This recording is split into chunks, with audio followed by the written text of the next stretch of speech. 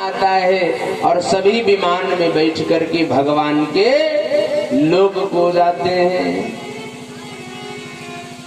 तो हे भाई की कथा तो आपने कई बार सुनी होगी। जब भी भागवत होता होगा गांव में पड़ोस में नात मात के यहाँ, आप कथा से हमें सीख क्या लेनी चाहिए? यह सीख लेनी चाहिए, जाने में अथवा जाने में हमसे जो पाप हो गए हैं उनको भुला करके यदि भगवान के चरणों में बैठ करके भगवान की कथा सुनी जाए तो जब धुंधकारी का कल्याण हो गया तो हमारा भी कल्याण हो जाएगा। ऐसी भावना से अपनी बुरी आदतों को हमें सुधार लेना चाहिए। यही धुंधकारी की कथा से हमें सीख लेना चाहिए। तो क्या सीख लेनी चाहिए? इस भजन के माध्यम से तत्पश्चात आगे की कथा।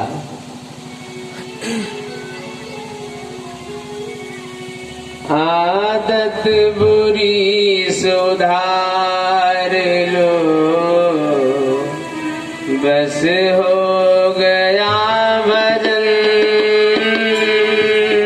आदत बुरी सुधार लो, बस हो गया भजन। आदत बुरी सुधार लो, बस हो गया भजन। आदत बुरी सुधार लो, बस हो गया भजन। आदत बुरी सुधार लो, बस हो गया भजन। आदत बुरी सुधार लो, बस हो गया भजन। आदत बुरी सुधार लो, बस हो गया भजन।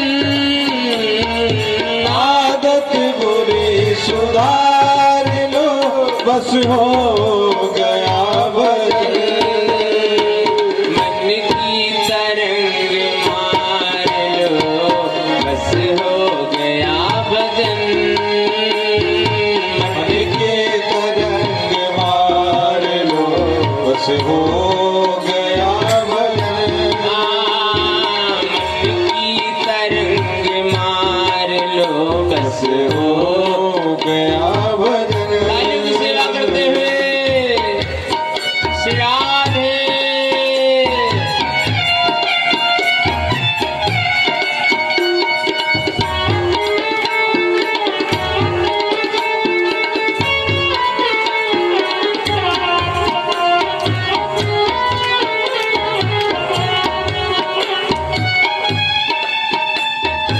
हे भैया, संत कहते हैं हम आप औरों में दोष देखते हैं, और जब हम औरों में दोष देखें तो संत कहते हैं हमें अपनी तरफ भी देख लेना चाहिए। औरों के दोष देखना, अपने को देख ले। औरों को दोष देखना, अपने को देख ले। औरों के दोष देखना, अपने को देख ले। औरों के दोष देखना, अपने को देख ले। अपने को देख ले। मानुष जन्म सुधार लो, बस हो गया भजन। मानुष जन्म सुधार लो, बस हो गया भजन। आदत बुरी सुधार लो, बस हो गया भजन। आदत बुरी सुधार लो, बस हो गया भजन। मन की तरंग मार लो, बस हो गया भजन। मन के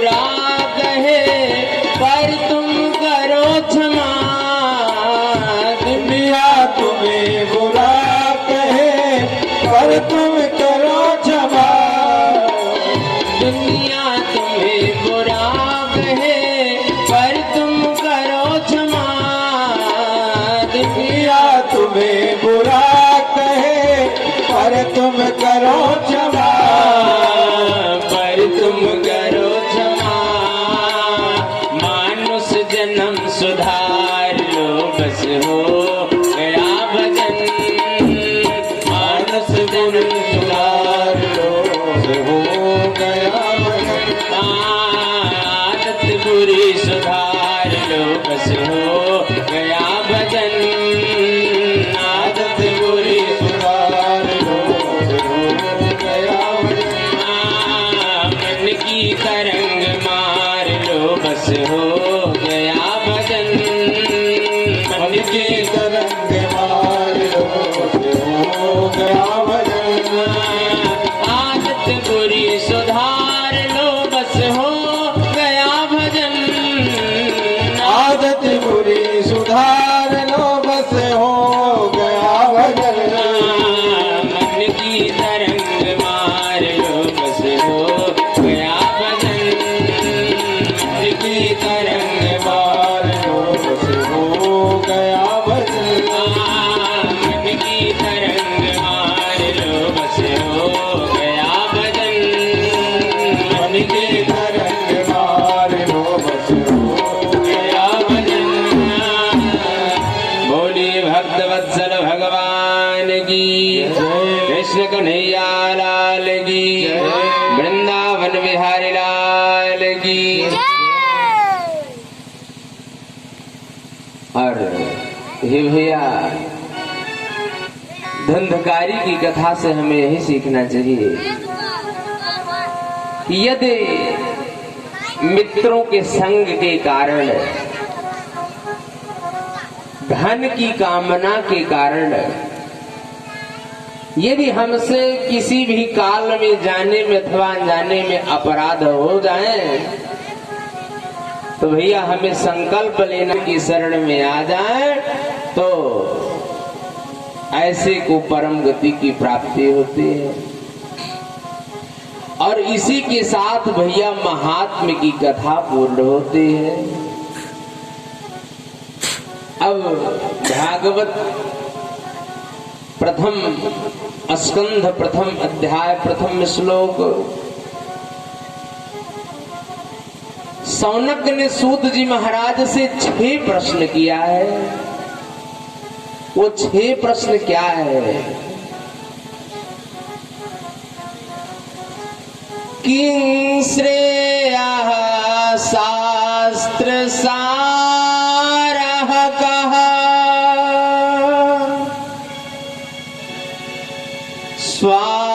स्वावतार प्रयोजनम्,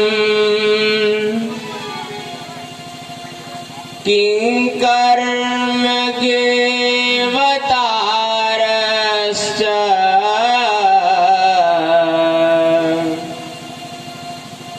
धर्मः कं शरणं गतः,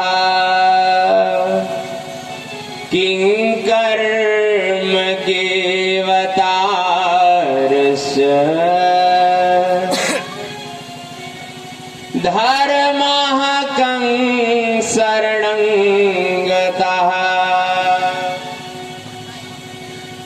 हे भैया, सौनक ने कहा, प्रभु आपने हमें भक्ति की महिमा बतलाई, हमें यह बतलाया कि व्यक्ति यदि अनजाने में अपराध भी कर बैठे, लेकिन फिर संकल्प पूर्वक भगवान की कथा को श्रवण करे तो उसका कल्याण हो जाएगा। इसीलिए कहीं भागवत की कथा होती है तो साक्षी के रूप में आज भी रखा जाता है। कहीं भी कथा होती है तो धुंधकारी को आज भी साक्षी के रूप में रखा जाता है कि आप देखिए, आप इतने पापी नहीं हो। जब धुंधकारी जैसे पापी का कल्याण हो गया तो आपका भी कल्याण निश्चित है। तो सौनक ने पूछा, प्रभु किं श्रेयः, ये मनुष्य के जीवन का मुख्य कार्य क्या है? हे नाथ, क्या भोजन करना ही मुख्य कार्य है? भाई बहुत लोग सोचते हैं कि जीवन मिला है, अच्छा अच्छा खा लिया जाए। तो महाराज, क्या भोजन करना ही मुख्य कार्य है? सूत जी महाराज ने कहा नहीं। कुछ लोग सोचते हैं कि सोना ही मुख्य कार्य है। जब उन्हें जगाओ तो कहते हैं अभी थोड़ा सो लेने दीजिए। तो महाराज, कुछ लोग जानते हैं कि सोना ही मुख्य कार्य है, इसी में सबसे बड़ा आनंद है। तो महाराज, क्या यही मुख्य कार्य है? सूत जी महाराज कहते हैं नहीं। कहा कुछ लोग धन कमाना ही मुख्य कार्य जानते हैं कि हमारा जन्म धन कमाने के लिए हुआ है। तो क्या यही मुख्य कार्य है? कहा नहीं।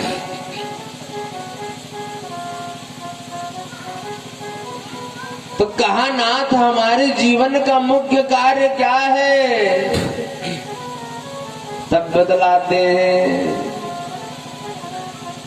कृष्ण की भक्ति। और भैया, जो भगवान की भक्ति नहीं करता है उसे बाद में जवाब देना पड़ता है। जब हम अपनी माँ के गर्भ में रहते हैं तब जीव को बड़ा कष्ट होता है। माँ जब बहुत कड़वे, बहुत तीखे, बहुत गरम, बहुत नमक युक्त भोजन को करती है तब इस जीव को बड़ा कष्ट होता है। भगवान से कहता है कि प्रभु आप हमारा जन्म करवाइए और मैं अपने जीवन में इतने अच्छे कार्यों को करूंगा ताकि पुनः हमें गर्भ में ना आना पड़े। तो बताइए, जब हम भगवान से इतनी प्रतिज्ञा करके आए हैं और जब भगवान की हम लोग भक्ति नहीं करेंगे तो भगवान को हम क्या जवाब देंगे? और जो शरीर हमें साधना करने के लिए प्राप्त हुआ उसे मौज मस्ती में व्यतीत कर देते हैं। अब आप ऐसे सोचिए, मान लीजिए आपका बच्चा आपसे 2000 रुपए फीस जमा करने के लिए ले जाए और आपने उसे 2000 दे दिया। अब उस 2000 रुपए को ले जाकर के वह मौज मस्ती कर ले और जब आपके सामने वह आपका बच्चा आएगा तब आप क्या करेंगे? उसे मारेंगे, डांटेंगे, समझाएंगे कि हमने तुम्हें तो वह पैसा फीस जमा करने के लिए दिया था और तुम्हें मौज मस्ती करनी थी तो बतलाते हम तुम्हें दूसरा पैसा दे देते। ऐसे ही भगवान ने हमें यह जो मानव का शरीर दिया है यह धर्म करने के लिए दिया है और हम इसे मौज मस्ती में व्यतीत कर देते हैं। तो जब भगवान के पास जाएंगे तो भगवान पूछेंगे, यदि तुम्हें मौज मस्ती ही करनी थी तो हम तुम्हें कुत्ते का शरीर दे देते, बिल्ली का शरीर दे देते, जानवर का शरीर दे देते, पक्षी का शरीर देते, तुम अपना परिवार बढ़ाते, जहाँ जो मिलता खाते पीते, तुम्हें धर्म और अधर्म से मतलब नहीं रहता। हमने तो तुम्हें मनुष्य का, भगवान को भैया हिसाब देना पड़ेगा। तो शौनक ने पूछा जीवों का मुख्य कार्य क्या है? तो सूत जी महाराज बतलाते हैं, कृष्ण भक्ति ही परम श्रेय। जीव का मुख्य कार्य क्या है? भगवान की भक्ति करना। कहा दूसरा प्रश्न कि महाराज शास्त्रों का सार क्या है? ये 4 वेद, महाभारत, 18 पुराण, 6 शास्त्र, 108 उपनिषद, गीता, इन सब के कहने का मतलब क्या है? तब सूत जी महाराज बतलाते हैं, अष्टादश पुराणेषु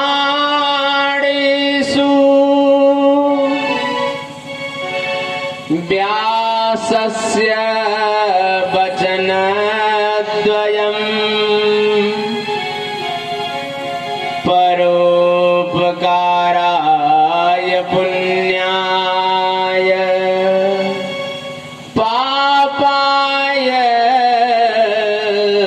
परिपीडनम परोपकाराय पुण्याय पापाय परिपीडनम।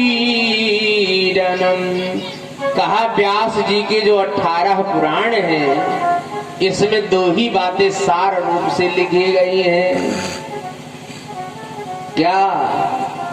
परोपकाराय पुण्याय, परोपकार से बढ़कर के कोई पुण्य नहीं है। और पाप परिपीडनम, दूसरे को पीड़ा पहुंचाने से बढ़कर के कोई पाप नहीं है। ऐसी बात को बाबा तुलसी ने अपने मानस में लिखा है। परहित सरीस धर्म नहीं भाई, परहित सरीस धर्म नहीं भाई, परहित सरीस धर्म नहीं भाई, परहित सरीस धर्म नहीं भाई, परहित सरीस धर्म नहीं भाई। हाँ, परहित सरीस धर्म नहीं भाई, पर पीड़ा सम नहीं अधमाई, पर पीड़ा सम नहीं अधमाई। बोलिए भक्तवत्सल भगवान की जय। बाबा तुलसी ने इसी बात को अपने मानस में लिखा कि दूसरे का हित करने से बढ़कर के कोई धर्म नहीं है, और दूसरे को कष्ट पहुंचाने से बढ़कर के कोई पाप नहीं है। और तीसरा प्रश्न पूछा कि भगवान अवतार क्यों लेते हैं? तो बतलाते हैं सूत जी महाराज, परित्राणाय साधूनां विनाशाय च दुष्कृतां धर्म संस्थापनार्थाय संभवामि युगे युगे। भगवान धर्म की स्थापना हेतु, साधुओं की रक्षा हेतु प्रत्येक युग में अवतार लेते हैं। अवतार लेकर के करते क्या है? भगवान धर्म की स्थापना करते हैं। और अब 5वां प्रश्न है कि भगवान की अब तक कितने अवतार हो गए हैं? तो सूत जी महाराज बतलाते हैं कि भगवान के 24 अवतार हैं। और बतला दिया मत्स्य कूर्म वाराह नृसिंह वामन राम परशुराम, ऐसे भगवान के 24 अवतारों को गिना दिया। अब 6ठा प्रश्न पूछा कि भगवान जब इस धरती को छोड़ करके अपने गोलोक को चले गए तो धर्मः कं शरणं गतः,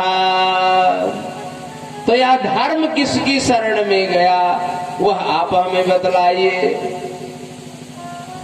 तो भैया सूत जी महाराज बतलाते हैं, धर्मो भागवते स्थितः, धर्म आकर के इसी भागवत में समा गया। और सूत जी महाराज कहते हैं, सौनक ने पूछा, नाथ जिस भागवत में धर्म आकर के समाहित तो ऐसे भागवत महापुराण की रचना किस युग में हुई? हे नाथ कस्मिन युगे प्रवृत्तेयम स्थाने व केन हेतुना, हे नाथ इस भागवत महा